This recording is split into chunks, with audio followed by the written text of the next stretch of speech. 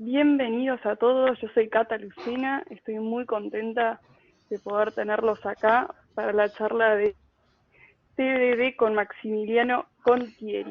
Yo soy la presidenta de Computer Society y hoy tenemos a este invitado muy especial, a Maxi, que es programador de la UBA, egresado hace ya 25 años, uno de los pocos de su camada que siguen programando, no solo profesionalmente, sino como profesor también en la UBA.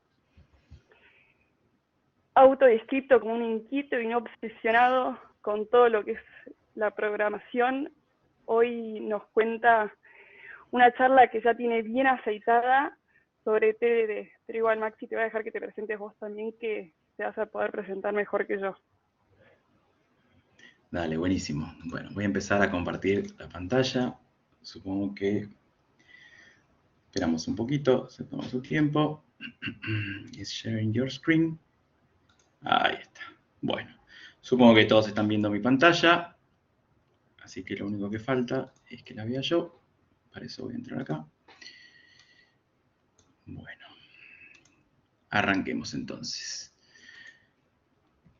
Bueno, mi nombre es Maximiliano Contieri, yo soy licenciado en Ciencias de la Computación, de Ciencias Exactas, soy egresado y docente, hace 25 años que doy clase en Exactas, y también hace un poco más de 25 años que trabajo en la industria, y en TDD particularmente hace 15 años que vengo trabajando en TDD. Voy a contarles en esta charla brevemente de qué se trata TDD y cómo podemos aplicarlo en sistemas complejos, sistemas grandes o sistemas heredados. Vamos a definir un poquito qué es todo eso. No es necesario que sepan lo que es TDD, lo vamos a explicar brevemente para que puedan empezar a utilizarlo mañana mismo. Bueno, ante todo, muchísimas gracias a Litva por invitarme. Estoy muy contento de estar acá. Yo tengo muchos compañeros de trabajo en Avaturoy que vienen de Litva y me ha tocado trabajar también con gente. Yo tuve una startup y en las incubadoras trabajaba con gente de Litva y la verdad que a veces la gente de Exactas, que somos más algoritmeros, envidiamos un poco la parte profesional y de manejo digamos, de poder salir al mundo y a la industria más rápido que tienen ustedes, así que yo me siento con un poco de celos de la gente de los programas de estudio que tienen ustedes, que a veces son un poco más prácticos que los que tenemos en Ciencias Exactas, que tiene otro perfil y está muy bueno también, pero para la industria viene bien lo que hace Litva. Entonces, vamos a hablar un poquitito de cuál va a ser la agenda en el día de hoy. Esta es la agenda que vamos a trabajar los próximos 40 minutos, más o menos, media hora. Después vamos a dar un poquito para preguntas también. Vamos a dar una muy definición rápida de qué es Test Driven Development para los que no lo conozcan. Los que lo conozcan, capaz que se aburran un par de slides, pero siempre está bueno poner como una base común. Cuáles son los beneficios y los requisitos que nos pide la técnica. Vamos a ver cuáles son las ventajas y las desventajas. Vamos a presentar un problema real que ocurre en la realidad, o sea, no es de libro, no es de cata, no es de mentira. Lo vamos a solucionar en un sistema que tiene ciertas características que las vamos a ir viendo. Cómo es el impacto de TDD en el ciclo de desarrollo y después las conclusiones. ¿Cuál es la novedad que tiene esta charla? Hay millones de cursos de TDD, los pueden hacer, pueden verlos, están gratis, hay un montón de conferencias, pero en general se basan en tomar algo vacío, un repositorio de GitHub y empezar a escribir TDD, y hay muy poca literatura sobre cómo trabajar con TDD en algo no tan individual y en un sistema muchísimo más grande y complejo, y ese es el agujero que intenta llenar un poquito esta charla. La idea en la presentación es ver cómo se inserta en un sistema real que existe en producción hace bastante tiempo y cómo participamos todos los miembros del equipo y más allá también en el proceso del TDD. Entonces, ¿cuál es la definición? Vamos rápidamente por la definición. Lo primero que quiero marcar es que TDD es una metodología de desarrollo. Por más que dice test, es una metodología de desarrollo, no se usa para testear, se usa para desarrollar. Por eso está ahí en negrito, que consiste en la repetición de ciclos muy, muy cortos de programación. Por eso es una metodología de desarrollo. Se utilizan para programar y no para testear. Los tests se escriben primero y la solución siempre tiene que ser hiper sencilla, aunque esté hardcodeada. Lo más sencilla posible. No podemos bajo ningún concepto anticiparnos a una solución que no esté siendo guiada por los tests. Siempre la solución es la más simple posible. Con esto nos permite evitar soluciones muy complejas e imaginativas que tenemos los programadores, que en general nos dan un caso y tenemos un mega algoritmo. Y estos requerimientos imaginativos en general no tienen contacto con los requerimientos reales de un cliente, son más que nada imaginación nuestra. TDD es muy estricto con qué cosas podemos escribir y qué cosas no. Y además, por supuesto, nos da cobertura total porque solamente podemos escribir código que esté cubierto por un test, no podemos inventar código que no esté cubierto.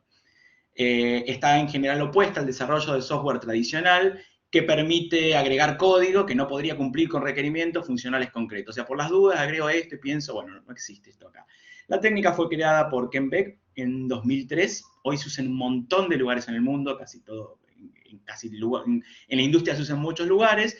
Yo creo que no se termina de usar en lugares con software grande, porque uno tiene el prejuicio, que ahora vamos a ver, de que TDD solo se puede usar para hacer cosas nuevas. Y eso es lo que vamos a tratar de destruir un poquito en esta charla.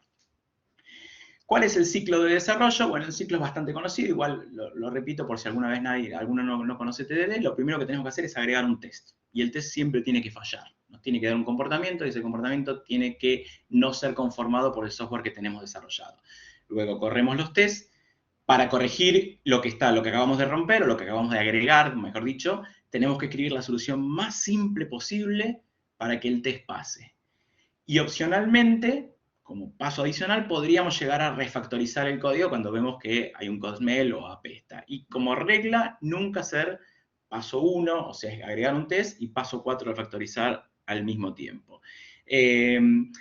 Los test unitarios, o sea, los test que vamos a escribir, se suelen escribir en un framework conocido. Hay muchos frameworks de test unitarios. La mayoría de la industria usa algo de la familia XUnit, que hay para cada lenguaje. Hay un PHP Unit, un XUnit, un JUnit, un Ruby. Hay un montón está portado este framework a todos lados, y lo van a encontrar. Hay un PyUnit, un JUnit. Yo defino que un test unitario es una función asociada a una clase de test que se corre de manera automatizada, verificando el comportamiento de los objetos del dominio contra los resultados esperados que ya sabemos fijo.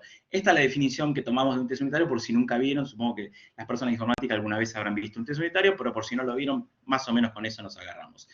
Como decíamos, teníamos que agregar un test basándonos en el comportamiento y siempre postergar las decisiones de implementación accidentales como estructuras de datos, performance y cosas, lo más lejos posible, pensar siempre primero en el protocolo y en el comportamiento.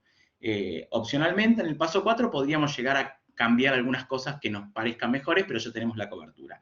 Esto que ven acá, que son las 3 burbujitas, es conocido como el ciclo de TDD. Si ven alguna vez el ciclo, es ese. Bueno, ¿cuál es el beneficio? Los sistemas que generamos están bastante más desacoplados haciendo TDD. Es más evidente esto en sistemas grandes y frágiles. Y en los ejercicios chicos, en las catas de, a ver, modelemos esto, los números romanos, modelemos el tatetí y eso, no se suele ver ese acoplamiento porque son ejercicios chicos. En ejercicios grandes, el acoplamiento, que es uno de los peores problemas que tienen los sistemas grandes, se ve como TDD tiende a romper ese acoplamiento y esa dependencia que hay entre un módulo y otro, entre una clase y otra.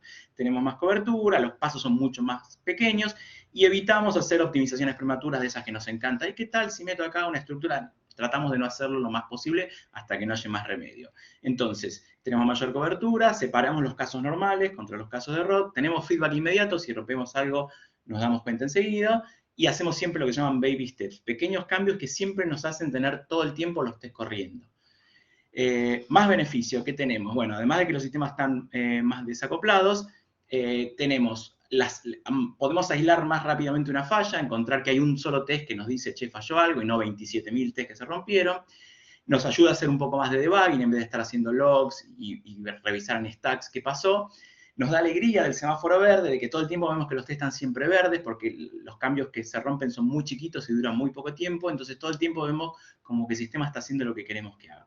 Y esto está basado en el aprendizaje incremental, como cuando éramos chicos, la teoría de Wittgenstein, que decía que aprendíamos con ejemplos y no con definiciones. Y eso lo fuimos perdiendo con la educación formal. Bueno, empecemos a destruir algunos mitos. Van a ver que yo voy a destruir unos cuantos mitos de la parte graciosa de la charla.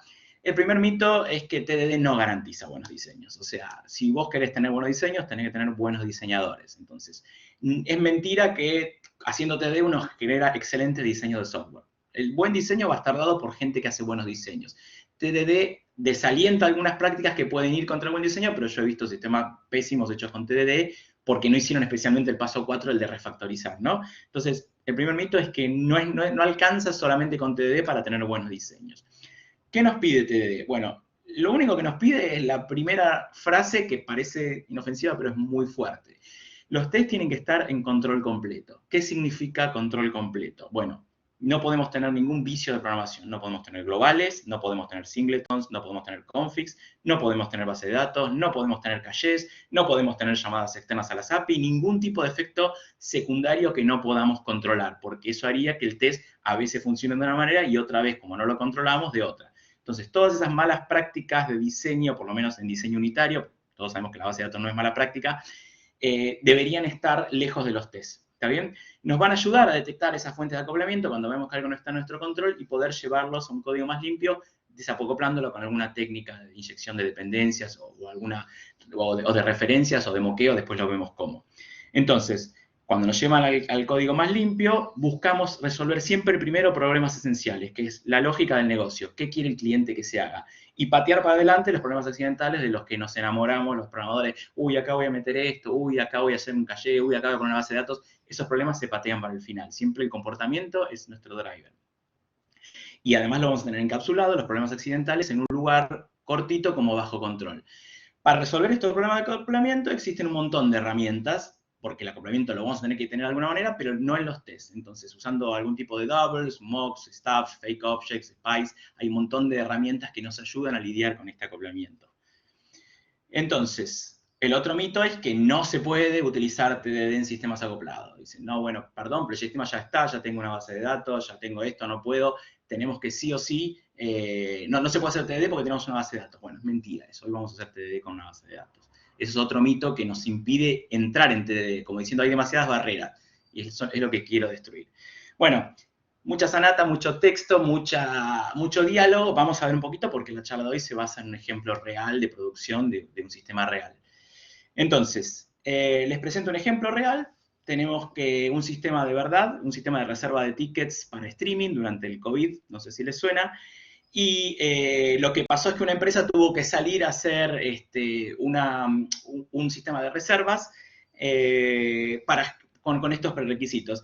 En realidad esto es un caso más real de mi trabajo que por cuestiones de NDA lo moví hacia otro dominio de negocio, pero el caso real existe y se programó de esta manera, ¿no? Ustedes tomen la fantasía de que es un sistema de COVID, que es un dominio que conocemos todos más o menos, por lo menos lo de los recitales o lo de compra de eventos en línea, y ahí vamos a movernos, pero créanme que esto lo hicimos de verdad. El usuario, mediante una interfaz, elige sus artistas con expresiones regulares. Supongo que saben lo que es una expresión regular, pero si no, no se preocupen, son cachitos de texto, lo mínimo que vamos a usar de expresiones regulares, como que la persona en la UI pone un pedacito del nombre y espera que le traigan los artistas que coincidieron o que machearon con ese pedacito del nombre. Con eso estamos bien.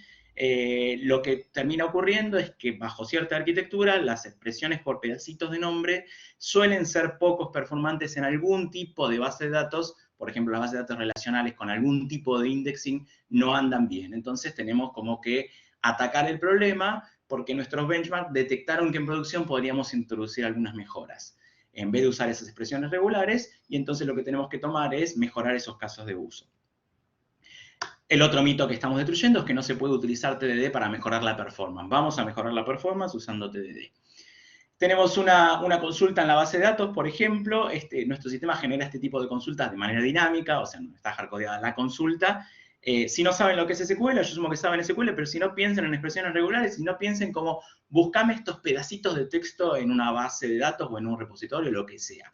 Entonces, tenemos una consulta de base de datos con estas 5 búsquedas que sabemos que performean mal porque los likes, bajo algunos criterios, performean mal. Y lo que detectamos, en el caso de la oportunidad de mejora, es que, bueno, mira lo que pasa.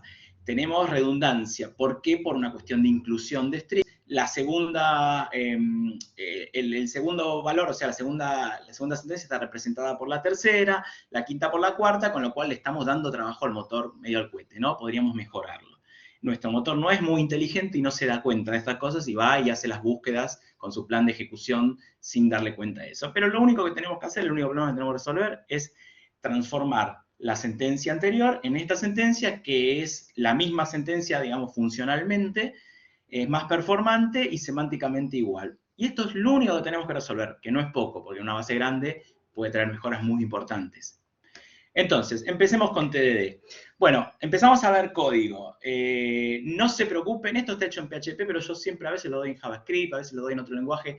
Piénsenlo como pseudocódigo. No se preocupen mucho por la sintaxis del lenguaje, escuchen un poco más el espíritu de cómo se resuelve.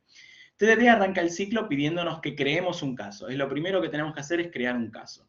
Entonces, creamos un caso. El T01, no pattern should return empty, es un caso de test. Entonces, estamos definiendo un caso donde tenemos una clase de test, que yo estoy usando el framework XUnit, se escriben así los tests, donde estoy haciendo una aserción de que algo que se llama Light Pattern Simplifying, que ni sé lo que es, simplifica un array vacío, que es ese corchetito, de la manera de volver un array vacío. Eso dice en criollo eso. Estoy definiendo una clase de fantasía, Light Pattern Simplifier, que no sé ni qué es, y un método Simplify que no existen aún. Probablemente sean pésimos nombres, no importa. Siempre tenemos el paso 4 y buenas IDEs, o sea, buenos ambientes de refactorización, para hacer. Siempre empezamos con el código más sencillo. Yo en particular estoy usando una metodología que se llama Zombies, que nos indica el orden de los casos para no olvidarnos ninguno. En este caso arrancamos por el caso vacío, que es la Z, que representa el 0, en Zombies. La O es one, la M es many. Entonces, como voy con un orden para no olvidarme los casos. Entonces, lo que dicen criollo esto es, si no hay nada que simplificar, no se simplifica nada. Es el caso base que en general solemos olvidarnos y lo estamos poniendo como el primero y el más sencillo. Siempre arrancamos por el caso más sencillo. Entonces, creamos la clase y la función. La clase de Light Pattern Simplify la creamos vacía, no tiene nada, y creamos la función que lo único que hace es devolver un array vacío. La solución más simple siempre es devolver un array vacío. Algo chiquito, sencillo, hardcodeado, no importan los parámetros que ingreso. Con esto yo cumplo la regla de arreglar todos los tests, que en este caso es uno solo, porque voy creciendo, pero ya tengo todos los tests corriendo, ¿no? Entonces, acá tenemos otro mito, que, con lo cual nos incorporamos en la facultad de hardcodear es malo. Yo digo al revés, hardcodear es excelente, salvo que tengas una bola de cristal y sepas cómo va a funcionar un sistema. En general yo no la vi en todo mi trabajo, nunca vi una bola de cristal. Entonces, salvo que tengamos todos los algoritmos del universo y sepamos mucho, siempre hay que hardcodear al principio, ¿no? Si no, si queremos hacer o TDD o futurología, acá hacemos TDD, entonces hardcodeamos. Hasta que, ahora vamos a ver, no va a durar, no se pongan muy nerviosos, pero no va a durar demasiado tiempo esto, pero empezamos hardcodeando. Entonces, ya estamos bien, empezamos con nuevos ejemplos. Paso 1 de TDD, estamos en el ciclo, agregamos un test simple. Si viene un único término, la simplificación es el mismo término. Una regla así, viene Arcade Fire, la simplificación es Arcade Fire. Bueno, buenísimo. ¿Qué pasa? El test falla porque compara y dice, che, te estoy volviendo un array vacío, acá tenés un Arcade Fire, falla. Que es lo esperable siempre, que falle el último test y todos los demás sigan corriendo. La solución que hagamos, que es la que está abajo, tiene que funcionar para todos los ejemplos preexistentes, que era la anterior, y además para este. Acá vemos el test y la solución. Seguimos retornando hardcodeado, pero esta vez devolvemos lo que ingresa, que cumple con ser la solución del caso anterior y de este. Pero no empezamos a hacer algoritmos ni nada del loco porque tenemos solamente 2 casos. Con esto cubrimos los 2 primeros casos, estamos muy bien. Vamos a agregar ahora, empecemos con Zombies, nos dice, che, empecemos a hacer algunas cosas distintas, ¿no? Testeemos 2 expresiones independientes, siempre el caso más sencillo es cuando algo es independiente, ¿no? Entonces, para nuestra sorpresa, ponemos 2 expresiones independientes y lo simplificamos y el código ya funciona, que dice, ¿qué pasa con TDD? No agregaste un test roto. ¿Qué nos está diciendo de nuestra solución? Bueno, lo que nos está diciendo, si razonamos un poquito, es que si devolvemos lo que recibimos, esto funciona para 1 o n elementos mientras sean independientes, mientras no haya relación entre ellos. Entonces nos adelantamos capaz con la solución y es muy probable que este test lo borremos porque no nos está agregando valor. Por ahora, como estamos en el ciclo de escribir, escribir, escribir y no de refactorizar, lo dejamos, pero no tenemos que tocar el código. Empecemos con los casos más divertidos, ¿no? Una expresión que sí contenga la otra, ya no son independientes. Por suerte, los tests no pasan. TDD siempre nos dice, fake it till you make it, que quiere decir, hardcodea, mentí, hace cosas truchas, hasta que tengas que hacerlo de verdad. Pero mientras ya te fuiste construyendo una basecita de test muy interesante. O sea, fake it es fingir, hasta que tener que hacer. Ya fingimos, medio que acá no nos queda más remedio que tomar alguna acción. Entonces, ¿qué pasó? Bueno, saltamos algunos pasos de TDD para abreviar, hardcodeando algunos pasos, y se nos ocurren ya cosas medio algorítmicas, horribles pero algorítmicas, de una solución posible para patrones incluidos utilizando una función que en PHP se llama subtract compare y un filter, con un doble ciclo, todo muy algorítmico. Ustedes pueden hacer lo mismo, pero con esto ya empiezan a detectar patrones iguales. La solución que hagan, no importa, va a tener que tener este caso. Esta solución hace que pasen todos los test previos, 2 ciclos anidados para buscar patrones redundantes, uno dentro del otro. Al iterar vemos si está incluido, y si está incluido lo eliminamos para tener un conjunto minimal. Este código es horrible, no es clean code, No importa, no tenemos la confianza para refactorizar porque tenemos muy pocos casos, sabemos que es horrible y que no va a sobrevivir porque es muy declarativo, muy implementativo, muy feo. Pero lo importante de esto es aprender del dominio, no tanto hacer los algoritmos. Esta solución que es fea, poco declarativo, poco performante y demasiado complejo, en algún momento la vamos a tener que destruir. Entonces, mitos, más mitos. Primero, que se pueden escribir algoritmos con pocos o ningún caso de prueba. Yo recién cuando empecé a usar un algoritmo ya tenía 4 o 5 casos. En realidad simplifiqué un par para la presentación. Y el otro mito es que el código tiene que estar siempre perfecto y limpio. No, en el medio, hasta que huela y necesitemos refactorizarlos, el código puede estar todo lo mal que sea, pero mientras corre los tests y pasa, es buen código. Después tenemos otros criterios para saber cuándo terminamos de hacer el código y cuándo lo entregamos. El código actual es feo, muy imperativo, poco declarativo, pero ya lo vamos a mejorar. Esos son los dos mitos. Vamos por el eje de las mayúsculas, que siempre traen problemas, ¿no? La mayoría de los motores de base de datos relacionales ignoran la capitalización de las búsquedas. Entonces, escribimos un test donde haya dos términos que sean dependientes si ignoramos las minúsculas, ¿no? Que es ahí tomar dos palabritas que, si no miramos mucho el case, son dependientes, ¿no? Probablemente esto no funcione si el usuario cambia el case de mayúscula a minúscula, y es algo que nos tenemos que asegurar, porque las bandas, en el dominio del problema de la música no es importante en la búsqueda si la escribí con mayúscula o minúscula. Entonces lo tenemos que poner explícito el caso, que estos son los típicos casos que nos dice zombies y que nos solemos olvidar. Por supuesto, ponemos esto y tenemos que corregir la solución fea porque claramente está rota. Entonces lo que hacemos, porque es PHP, tomamos la función subtraCompare y le decimos el true ese que ven al final, le decimos, che, tiene que ser case insensitivity tu comparación. Podríamos haberlo adivinado de entrada y ya escribir el true, pensar y razonar, pero ahora tenemos un test. Estamos siguiendo un mapa de cobertura, entonces si nos hubiéramos apurado a tomar en cuenta el eje de la capitalización, probablemente nos hayamos de escribir el test y probablemente se rompa en producción porque no está el test que nos defienda. ¿Está bien? Los tests son la documentación viva, no documenten las funciones, escriban test. O sea, si algo quieren que se comporte de una manera, escríbanle un test, porque si ponen un comentario, el comentario nadie lo ve, lo ignoran y después lo rompen y nadie se da cuenta que lo rompan. Entonces, los algoritmos se documentan con test. Estamos documentando un algoritmo, cómo anda, con test. Los tests, el día que rompemos el algoritmo, se rompen los tests. Ya nos pide a gritos un poco de paso 4, un poco de refactorizar, por declaratividad, y hacemos un poquito, las refactorizaciones siempre son baby steps, no podemos hacer muchos mega refactors. La función simplify era horrible, pero ya tenemos un poco de confianza porque tenemos unos 5 o 6 tests para refactorizar. Ahora que tenemos alguna batería de tests, vamos a refactorizar sin tocar los tests. O sea, o tocamos los tests o refactorizamos. En este momento, el ciclo de test me dice refactoricemos y nada más. No se puede cambiar los tests y refactorizar al mismo tiempo. Es también para controlar un poco la ansiedad. Con un extract method, extraemos el pedacito de arriba y el código queda mucho más declarativo. Mi consejo es que siempre usen IDEs para programar, no usen editores de texto, porque las refactorizaciones automáticas se hacen en IDEs, no se hacen en el V o en editor, un Notepad o un editor de texto. Siempre usen el lenguaje que quieran, todas las IDEs que tengan buenas refactorizaciones automáticas, si no van a perder tiempo. Todos los tests siguen pasando y el refactor funcionó. Probamos el escenario real, digamos, che, teníamos un escenario que trajimos de producción, el cliente lo pidió, bueno, veamos qué pasa si tenemos estos 5 términos y lo simplifica a los 3 primeros. Lo escribimos el test, que hay 2 de ellos que están relacionados entre sí, el conjunto minimal son 3, lo corremos, perfecto, funcionó, se acabó el ejercicio de TDD. Ya estamos con lo que necesitamos en producción, como los casos de test que tenemos ya funcionan, los shipeamos y listo. Lo que tenemos que hacer, obviamente, esto estaba en una clase separada, lo que tenemos que hacer es inyectar la solución en el código de verdad productivo. Entonces, tenemos un lugar donde venían los términos y ahora se los manipulamos desde afuera con la solución TDD y simplificamos la colección de textos que se están usando en la segunda línea. Hasta ahí los obteníamos en crudo, ahora tenemos que simplificarlos, así que ponemos nuestro código, lo vamos a inyectar entre la línea 1 de la sentencia y la línea 2 de esta manera. Tomamos un preprocesamiento, inyectamos, y simplificación, y listo. Ahora sí, ya sabemos que esto ya anda en producción. Nuestro simplificador está lindo unitariamente, funciona perfecto, y ahora lo ponemos. Commit, push, lo mandamos a peer review, a QA, pero los QA nos dicen, mira lo que encontré, el patrón a buscar podría estar en el medio de la palabra, y yo lo probé y no te anda, y vos no lo analizaste y no tenés los tests. Entonces, los QAs, a diferencia de los programadores, realizan el proceso de testing de caja negra.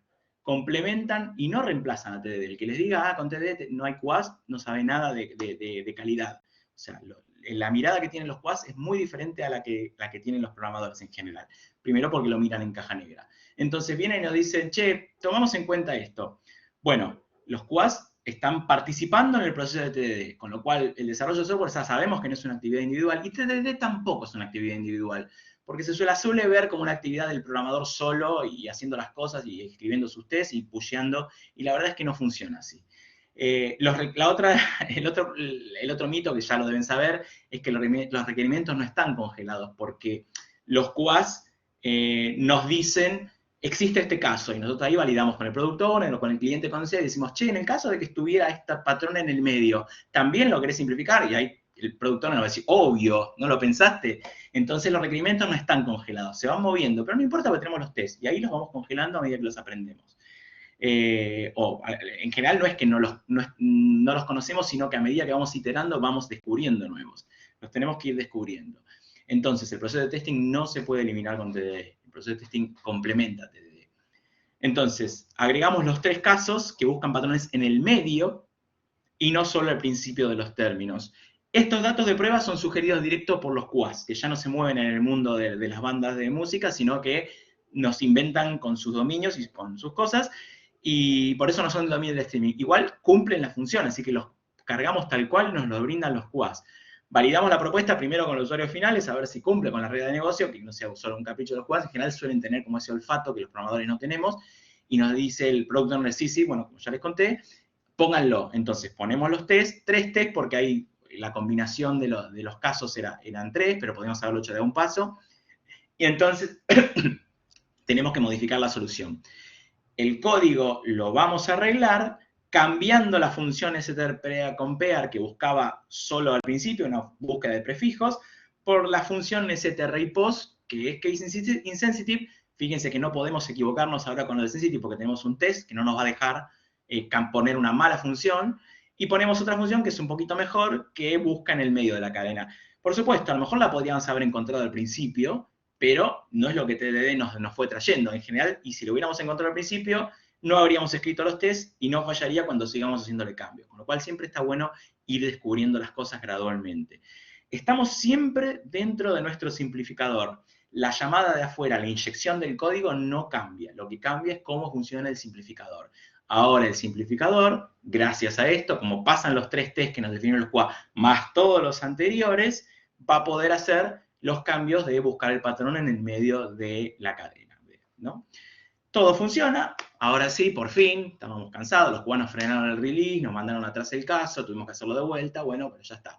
A producción, shipeamos, reiniciamos el cambio, sube a producción, lo deployamos, los clientes felices, el código live, y nos vamos a dormir, los que programamos, shipeamos un viernes a la noche y nos vamos a dormir. Pero, bueno, ¿quién no estuvo acá, no? O sea, pasaron algunas cosas. Bueno, nos encontramos mirando los errores en producción y los tickets que nos levantan los clientes, que están pasando estas cosas. Tenemos este tipo de sentencias, ¿no? Son generadas así. Esta sentencia en SQL es inválida, no se puede poner un where con una cláusula vacía, que es lo que vemos ahí entre 4 paréntesis, porque los motores dicen, che, probablemente te olvidaste de escribir algo atrás, no te la dejo pasar como where true. El optimizador se pasó de vivo y entonces lo que hizo fue, donde había una sentencia grande, la simplificó a la nada misma. No lo vimos y bueno, esto genera un error en producción.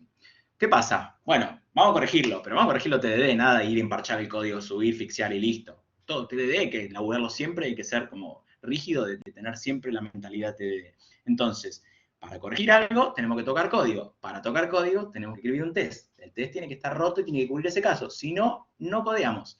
Entonces, ya estamos por el test 12 y primero tenemos que encontrar la causa raíz. Los QA nos dicen, mirá, ¿sabés lo que pasó justo? No lo habíamos tenido en cuenta ni vos, ni nosotros, ni el core reviewer, nadie. Pero sembrando este caso de test chiquitito que representa lo que pasó en producción, encontramos que si teníamos 2 términos que coincidían pero eran de diferente case, eliminaba los 2. Y al usuario justo se le ocurrió ese caso, lo vimos en los logs, ¿no? Y entonces los QA nos están ayudando a sembrar el caso de test, porque a veces el usuario pone más condiciones y puede ser muy difícil de encontrar. Los QA nos dicen, ¿sabés qué? Con este casito representado está roto y tengo el resultado esperado, te ayudo a que lo programemos. Entonces, lo que tenemos que decidir es qué hacemos en este caso. Bueno, tenemos que, evidentemente, no podemos eliminar las dos ocurrencias de yes en mayúscula, y destruimos otro mito, ¿no? En el TDD ya se dan cuenta que no solamente el programador está trabajando los QAs, está trabajando los que relevan el error en producción, levantan los tickets también, todo el mundo está trabajando en TDD. ¿Está bien? Entonces, ¿qué hacemos? Bueno, realicemos una solución, podrías realizar un preprocesamiento, eliminar los duplicados, bueno, eso sería una posible opción de tomar un array unique, que tome los duplicados y deje un representante de cada uno. Es una solución cualquiera que se ocurre, ¿no? Podría haber 1000 otras soluciones. Entonces, lo hacemos en un método privado que no queremos que llamen de afuera. Nuestro simplificador tiene que apoyarse en un método más chiquito, más declarativo, más cortito, que le elimine los duplicados, que le hagan preprocesamiento. El método este, como es privado, solo debería utilizarlo en simplificador internamente, no lo vamos a exponer para afuera. ¿Está bien? Y ahí derribamos otro mito que también siempre es una gran discusión, si deberíamos testear o no los métodos privados.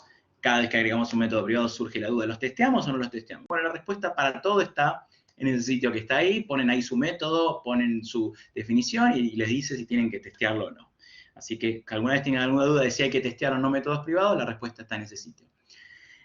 Bueno, nuevamente todo va al ciclo de QA, no es que hacemos hotfix a producción, no, todo pasa por el ciclo de TDD, escribimos el test, escribimos el código, vamos a core review, vamos a QA, y ahora en los QA, cuando vendemos este caso, nos dice, estamos esperando una palabra en mayúscula, pero el preprocesador la normaliza minúscula, ¿está bien o está mal?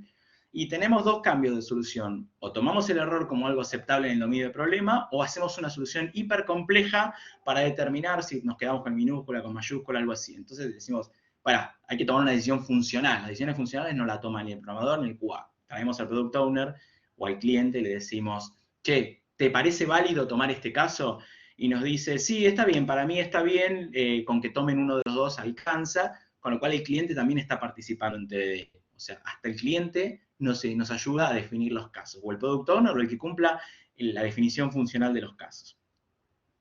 El code, además, ahora lo mandamos a core review y uno de nuestros pares, otro compañero, hace el review y nos dice, che, mira lo que pasa, mira lo que encontré. ¿No se te ocurrió pensar que si vos lo ponés como el not, tenés el mismo caso? O sea, la negación de un subtérmino implica que no está el término que está conteniendo el otro. Y esto también es redundante. ¿No se te ocurrió pensar esto? Bueno, los core reviewers no solo revisan el código, sino que también nos dan oportunidades de mejora.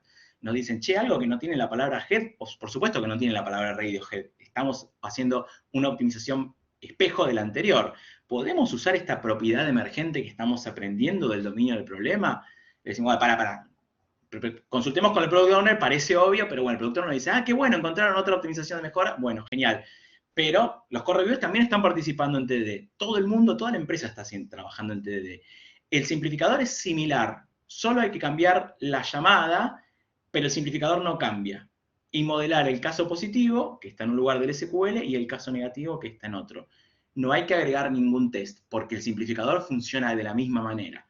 Lo importante es que tenemos una propiedad emergente. Funcionó, bueno, por fin. Pudimos hacer un TDD en un sistema existente, que ya existía, ya estaba construido, y una funcionalidad nueva la introdujimos con TDD. Fue un proceso colectivo e iterativo, todos aportaron casos, y a partir de ahora, además, como tenemos una batería de casos, podemos seguir agregando nuevos casos. O sea, si hubiéramos hecho este algoritmo que salió al final, al principio, y ya no tenemos tanta confianza de tocarlo, ahora tenemos como 13, 15 test, hay que encontrar cómo romper lo anterior, ¿no? O sea, cualquier cosa que pongamos, mejoremos, refactoricemos o lo que sea, tiene que honrar los casos que están escritos antes.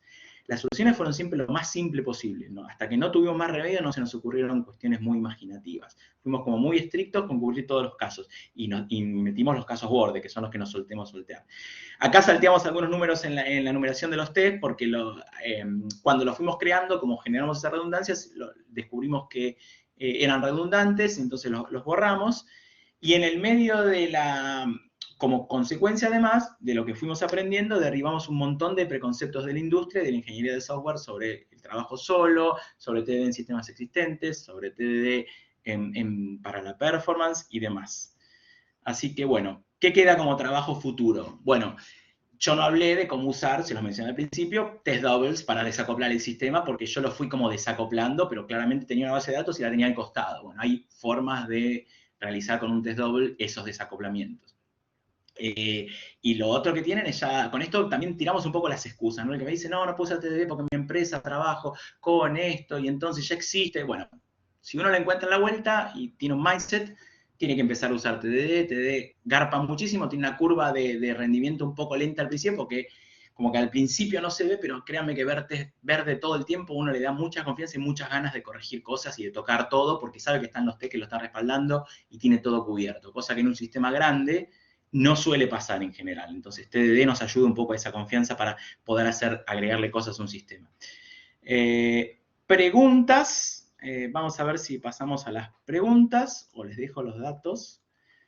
Como quieren. Queremos que hacemos preguntas. Ahí, veo que levantan las manos. Si quieren podemos contestar las del chat o podemos, yo no tengo problema en interactuar con la gente. Vamos a hacer una cosa. Nacho, ¿podés hablar? ¿Querés que charlemos? No sé si te podés desmutear y Bueno, hacer la pregunta. Hola, Nacho. ¿Cómo va? Te hago una consulta. Pues, bueno, yo antes conocía un poco sobre TDD y siempre me pareció algo como interesante para aplicar así en el workflow. Lo único que a mí siempre me bloqueó de utilizarlo es que siempre pensás como que es como que le agrego mucho más trabajo a mi código, o si tengo que hacer algo como que no, como que me va a llevar más tiempo. Quería ver más o menos en tu experiencia eh, si esto si es verdad que te lleva más tiempo, te lleva mucho más trabajo que a la forma de programar cotidiana, digamos. Bueno, sí, es una buena pregunta y la hacen seguido, así que también es un concern. Es como una gimnasia y como yo dije también, al igual que el pre-programming, son técnicas que al principio parece que generan mucha grasa y es verdad porque uno tiene que hacer más cosas. Pero eso es algo que se paga en el mediano plazo. Entonces al principio vos vas a decir, sí, en vez de codear como loco, tengo que escribir test metódico, ir, comitear, escribir, lleva más tiempo. Sí, la verdad es que sí, si vos se te ocurre el algoritmo y lo programás en 10 segundos, sos más eficiente que yo, que fui, corrí, test, release, está bien, pero estamos hablando de hacer sistemas más robustos, entonces en el largo plazo los sistemas hechos con TDD son más mantenibles, son más rápidos, son más eficientes y tienen menos errores. La técnica como técnica en sí necesita que uno esté convencido, o sea, yo no le puedo imponer TDD a nadie porque si la otra persona no está convencida, no va a abandonar rápido, va a decir, pero ¿por qué tengo que cubrirlo? Entonces, lo primero que tienen que hacer es darle una chance, y denle una chance no solo con las catas y probar y ver, sino traten de pensar, de hacer un día TDD, un ratito, y van a decir, hoy no fui tan productivo, pero después de un tiempo van a decir, está todo verde, puedo seguir agregando cosas, por suerte me avisó el sistema antes de pushar que rompí el caso 1 cuando estoy con el 23, entonces, sí, aparentemente lleva más tiempo, pero es la calidad. Y después de un tiempo que uno toma la gimnasia, no, al contrario. A mí, yo cuando pienso, primero escribo un test. De hecho, hay una frase que la digo como latiguillo, no sé por qué, de que programamos todos, aprendemos con el Hello World, que es un pésimo ejemplo. Todos escribimos Hello World y anda, y es un problema porque Hello World usa una variable global, escribe cosas en la consola, no se puede acertar. Yo siempre les pido a mis alumnos que arranquen con self a hacer false, o this a hacer false. En el sentido de empecemos con un test roto, veamos qué queremos hacer y después lo hacemos. Pero hay que pensar, invertir. Entonces, creo que te contesté tu pregunta, es una inversión, digamos. O sea, no es más eficiente al principio, no es ni loco. ¿Está bien? Bueno, con respecto, leemos un poquito las preguntas? ¿Las leo yo? Como quieran ustedes. Sí, Maxi, acá tengo a María que dice, hola, ¿tendré algunas páginas, libros para seguir leyendo sobre TDD? Desde ya, gracias. Y ahí, María, Sí. teníamos la bibliografía que la copié, Maxi, ahí si te parece la pongo en el chat. Ponela ahí. TDD la inventó Ken Beck y después salieron millones de libros. Hay muchos libros de TDD en lenguaje X y esos son más prácticos, pero yo creo que los fundamentals, por ejemplo, el libro de Ken Beck, que no habla ningún lenguaje en particular, es importante, hay que leerlo primero. Hoy en día hay muchos cursos, hay muchos tutoriales, hay mucho lugar donde uno puede aprender, pero en realidad TDD, pueden escuchar la charla, pueden hacer 27 cursos, tienen que hacer catas, porque TDD es fácil, digamos, si me siguieron, entender el proceso, pero uno cuando se enfrenta con la cata de números romanos y quiere escribir el algoritmo con el número 1, ya empieza a ver, si tengo 3 palitos, lo 1, es como, hay que hacerlas las catas y hay que ver cómo trabaja otra gente y cómo hacen otros las catas. Entonces, bibliografía hay un montón. TDD Guided by Example, que fue el que pasó Cata, que se lo pasé hoy. Ese es un buen libro para leer.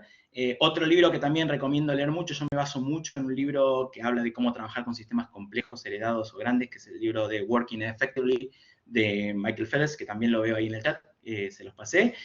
Es un gran momento para leer. Ahora ya no estamos tan encerrados, pero qué sé yo, en los momentos así que en la pandemia aparecieron muchos cursos gratis y hay que hacer algunos cursos, hay que aprender, son cosas que vale la pena invertir porque realmente cuando uno empieza a aplicar TDD, empieza a ser, y eso también lo contesto también creo que a Nacho, 10 veces más productivo, pero lleva un tiempo. Y el tiempo es practicarlo, no es aprenderlo, no es ni aprenderlo ni ver cómo lo hacen otros, es sentarse y hacerlo y chocarse, hasta que en un momento fluye. Hay un clic en un momento que uno dice, ay, escribí el test, y la alegría de decir, uy, todo anda y puedo tocar y puedo romper lo que quiera porque tengo los test que me cubren, es genial. Así que yo no recomiendo un libro, les diría que empiecen por el Kenbeck y después sigan en el Test Driven Developer in Python, in Java, in C#, en lo que les guste a ustedes, donde se van a sentir más familiarizados con los ejemplos de código, ¿no? Hay un montón de bibliografías sobre eso.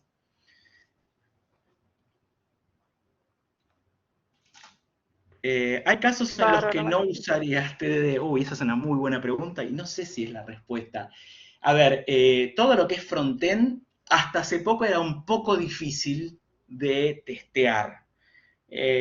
Ahora, hoy en día, hay buenas herramientas. Uno podría hacer TDD. Yo he visto gente usar Selenium y usar cosas de frontend. Cuando uno está más lejos de la lógica de negocios, tiene menos sentido usar TDD. TDD está bien pensado en tengo que testear un problema real de un cliente. Cuando uno empieza con esos son los problemas esenciales, los problemas que le dan valor al dominio de lo que hacemos. Los problemas accidentales, como por ejemplo, y quiero testear si algo se persistió y qué sé yo, alguien ya hizo la base de datos, ¿sabes qué anda? Si quiero ver cómo este componente se muestra, no, pero a lo mejor yo sí haría TDD, por ejemplo, en un frontend de la secuencia de interacciones, eso sí lo haría TDD. Pero testear un widget, por ejemplo, no lo haría, qué sé yo, testear bueno, ahora se hace TDD también para DevOps, o sea, también hasta los deploys se están haciendo con TDD.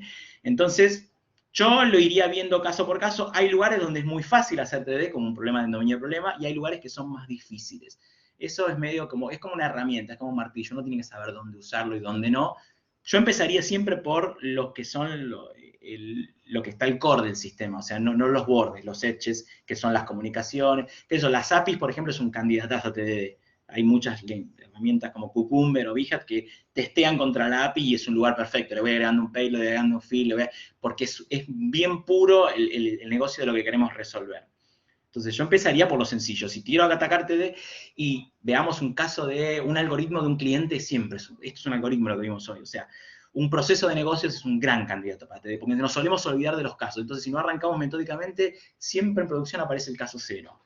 Entonces es un gran lugar para hacerlo iterativo y complicarlo de a poquito. Los algoritmos complicados son grandes lugares para TDD. Qué sé yo, hay, por ejemplo, Machine Learning, ahora hay toda una corriente que está haciendo lo TDD, pero hay que testear contra umbrales de confianza y de bias y de los valores con los cuales uno ajusta el modelo, porque obviamente no son determinísticos. Los modelos de Machine Learning en general no son del todo deterministas. Entonces, hay que hacer otro tipo de aserciones, pero también se pueden hacer TDD donde tengo un training set y lo voy entrenando y cada vez le pido más cosas más complejas. Empiezo por lo más sencillo y después lo más complejo. Pero requieren un cierto olfato de qué debe acertar uno, ¿no? Creo que con eso más o menos el abanico te lo conté. Estoy revisando. Bueno, genial. A ver si tenemos algunas preguntas antes. Si no, ahí también, mientras van pensando alguna última pregunta, voy dejando el contacto de Avature y tu contacto, Maxi. Vamos a dejarlo. Sí, lo dejo después, ahora lo dejo. Sí, obviamente la charla es de Avature, yo trabajo en Avature, estoy a cargo de un equipo de Avature y hacemos TDD en Avature, así que si quieren venir, hay muchos equipos muy diferentes, pero si quieren, este caso que les mostré hoy, por un tema de NDA, de que yo manejo datos de clientes, no los puedo mostrar, lo llevé a otro dominio, pero es un caso real. Esto está en producción hoy en día y lo están usando los que usan, sin saberlo, alguna de las plataformas de Avature. Si nos buscan ahí o nos escriben o nos siguen en las redes sociales, hay 1000 oportunidades de trabajo en Avature, tanto para QA, para programadores, para desarrolladores, para analista funcional, toda la parte client facing. Es un gran lugar para trabajar, lo digo con la camiseta. Y si me quieren seguir a mí, yo tengo un blog donde escribo un montón, yo escribo como 2 o 3 notas por semana sobre código, sobre TDD, sobre CodeSmell, sobre refactoring, que ahí lo puso Cata en el chat, me pueden seguir ahí en Twitter o en mi sitio web, donde van a ver pequeños comentarios y artículos que escribo sobre código. Así que si tienen ganas de ver algo más, por supuesto, TDD es un mundo y esto es un poco introductorio, pero después es muy complejo, hay muchas cosas muy interesantes para hacer cuando uno realmente, en vez de hacer algo chiquito como esto, quiere hacer cosas bien grandes con TDD, ¿no? En sistemas muy grandes, de muchos millones de líneas de código, hay muchas técnicas para resolver esto, porque la herramienta tiene 15 años y está muy madura. Y además la usan todos los lenguajes, entonces, como es una metodología, no es un framework de lenguaje de moda de hoy, digamos, está como muy maduro. Así que es todo un mundo interesantísimo. Hay una TDDConf, donde discutimos si hay papers, si podemos presentar cosas ahí, y dar charlas, el que quiera, y las pueden ver, si las googlean, están en YouTube, están en inglés, creo que hay algunas subtituladas, donde se habla mucho de experiencias en la industria, porque acuérdense que esto no es algo académico, es algo de la industria. Entonces, es un gran lugar para que ustedes vean cómo aplica distinta gente en distintos lugares del mundo la técnica en distintos lenguajes, hasta en sistemas embebidos, o sea, en cualquier dominio del problema, alguien encontró la forma de ser muy productivo usando TDD. Ahí pueden encontrar material también, en la TDDConf. Ahí tienen mis datos, es un mundo. Sí, es una metodología de desarrollo, digamos, que no va en conflicto, es más bien ágil, porque pide que sea ágil, en cascada debe ser más difícil hacer TDD, pero no va en conflicto con ninguna, fíjense que yo les conté que tenemos un proceso de peer review, tenemos un proceso de QA, un proceso de análisis funcional, o sea, lo importante es que se lleve el concepto de que TDD no es algo que solo hacen los programadores, ¿no? Eso es lo que quiero que se lleven de la charla, y que se inserta en cualquier organización con ganas de cambiar. Después tienen que ir a convencer a sus managers un poco de por qué es buena esta técnica o por qué pagan el mediano plazo, ¿no? Y si no, por lo menos síganla ustedes y traten de seguir porque está bastante vigente, ¿no? No es una moda, claramente.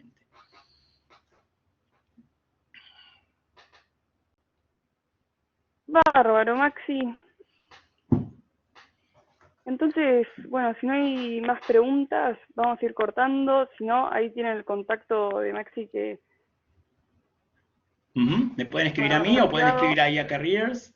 Exactamente, ya me siguen. Bueno, la idea no era juntar followers, pero yo en general mi Twitter lo manejo de manera profesional, o sea, hago discusiones de código, trato de mantener, tengo otras redes para mis cosas personales, pero lo bueno que tiene también la pandemia que tuvo es que yo pude hablar con Ken Beck, con los creadores, te contestan, son gente que está viva, nos enseñaron un montón y podemos interactuar con Bob Martin, con Michael Feathers, con un montón de gente muy copada que sabe un montón y nos enseña un montón. Es un gran lugar si ustedes quieren usar Twitter de manera profesional.